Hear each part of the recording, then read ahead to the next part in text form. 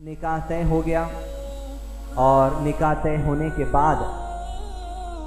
कि रस्म हो गया या मंगनी कहिए या एंगेजमेंट कहिए या पाँव और मेज़ का रस्म कहिए, कुछ भी कहिए, रस्म हो जाने के बाद जो क्या मियाँ और बीवी एक दूसरे से फ़ोन पर बात कर सकते हैं। इस सिलसिले में सबसे पहले जो हमारे सामने हदीस आई है वो ये है कि अल्लाह के रसूल सल्लल्लाहु अलैहि वसल्लम ने एक सहाबी से पूछा, क्या तुमने उस खातून को देखा है जिससे तुम शादी करने के लिए हो? उन्होंने कहा नहीं। तो अल्लाह के नबी सल्लल्लाहु अलैहि वसल्लम ने उनसे कहा कि तुम पहले उसे देखाओ। यानी शादी की बात अगर आप किसी से कर रहे हैं रस्म होने से पहले, रस्म तो क्या है समझिए आप, ये आजकल अपनी रस्म है, ज़बान का नामिद जो सो तयशुदा बात है, ज़बान अगर आप दे दिए बस ख़त्म, वहाँ पर बात तय हो चुकी है। रस्म करना या एंगेजमेंट करना, पौमेस का रस्म करना एक आम रस्म है, एक पौमेस का रस्म है, इस तरह करना ये सब अपने रिवाजात है, सिर्फ ज़बान की अहमियत है वहाँ पर। आदमी अगर किसी औरत से निकाह करना चाहता है उस मौके पर आदमी अपनी बीवी को, होने वाली, अभी होती नहीं, होने वाली, आदमी अपनी औरत को देख सकता है, लेकिन औरत के महरम के साथ, औरत के साथ उसका या तो भाई हो या तो उसके वालिद साहब हो या उसके और महरम रिश्ते जो मर्द हजरात होते हैं, अगर वो बैठे हों तो आदमी औरत को देख सकता है शादी से पहले। और शादी से पहले देखना ही नहीं, शादी से पहले देखने के अलावा आदमी अपनी उस औरत से जिससे निकाह करने का इरादा करता है उससे कुछ बारे में सवाल भी कर सकता है, अकायद के बारे में है या दीनी मालूमात के बारे में है या ऐसी बातें जो वो अपनी बीवी के अंदर चाहते हैं वो बातें अगर हैं। घर के बड़ों की मौजूदगी में आदमी अपनी होने वाली बीवी को शादी से पहले देख भी सकता है, उससे कुछ बात भी कर सकता है। सब कुछ देखने के बाद, सब कुछ बात हो जाने के बाद, अब अगर निकाह की तारीख तय हो गई कि भाई फला 3 महीने के बाद निकाह करेंगे, ये 3 महीने का जो गैप है, ये 3 महीने के अंदर उन्होंने आपके बीवी नहीं हुए भी,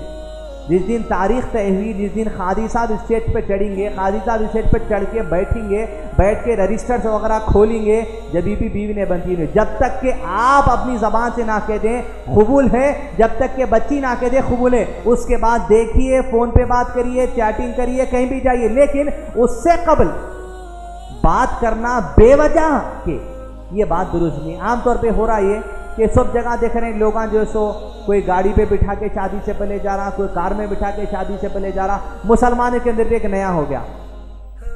चाहे ऐसा रस्म हो रहा, घर के औरतें, बाहर के लोग नहीं, घर के औरतें बच्ची का फ़ोन नंबर बच्चे को भिजा दे रहे हैं, बच्चे का फ़ोन नंबर लेके बच्ची को दे दे रहे हैं, अरे तुम्हारा फ़ोन आया, उनका फ़ोन आया, आ गया, ओहो सता रहे, 3 महीने चल रहा।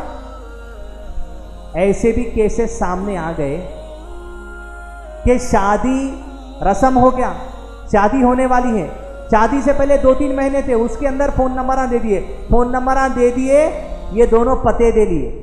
और शादी से पहले मर्द जिस औरत से निकाह करने वाला है और वो औरत जिस मर्द से निकाह करने वाली है, शादी होने से पहले दोनों जो सो जिना कर ली।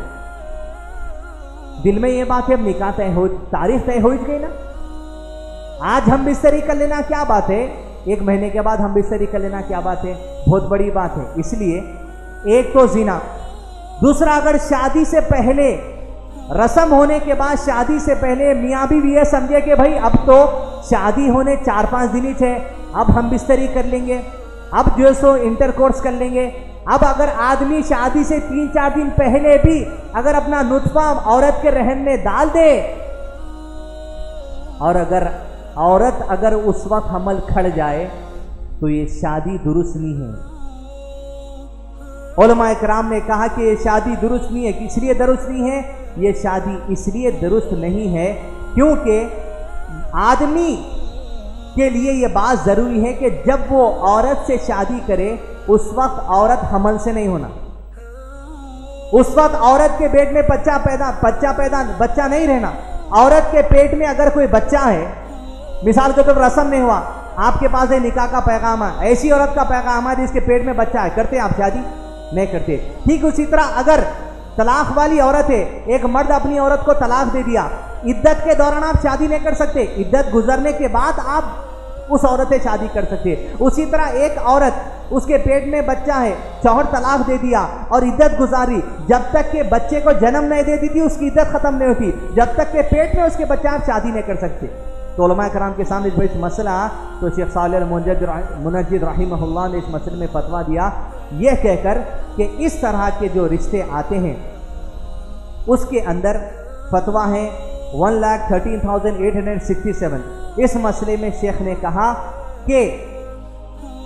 اس طرح کی شادی جائز نہیں ہوتی، کیونکہ شادی کے لیے جو پہلی شرط ہے وہ یہ ہے کہ عورت کنواری ہونا چاہیے۔ آپ شادی شدہ ہو سکتی، طلاق شدہ، لیکن پیٹ میں اگر بچہ ہے وہ درست نہیں ہوتی۔ اگر اس طرح کی شادی ہو گئی، گھر والوں کو پتہ نہیں ہے کہ جو سو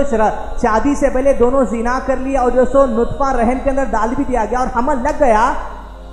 ان کو دوبارہ نکاح پڑھانا پڑے گا۔ اور علماء کرام نے یہ کہا یہ جو بچہ پیدا ہوتا ہے یہ بچہ اس باپ کا نام نہیں رکھا جا سکتا اس کے اوپر، اس لیے کہ زنا سے پیدا شدہ اولاد ہے، آپ اقرار کرنے سے پہلے نطفہ رحم میں ڈال چکے تھے۔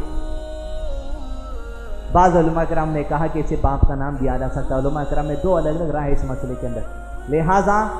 خاص طور پہ عورتیں یہ سمجھ رہے ہیں کہ آج کل کا فیشن ہے بات کرنے میں، کیا ہوتا بات کرنے میں یہ سب بھی ہو سکتا، آپ کو پتا نہیں ہے بات آ کر کیسی کدھر کدھر تک جاری۔ لہٰذا رسم کے بعد ضروری بات، عقائد کی بات، کہ آپ کو یہ پتا چلا کہ بچی کے اندر فلاں عقیدہ صحیح نہیں ہے تو آپ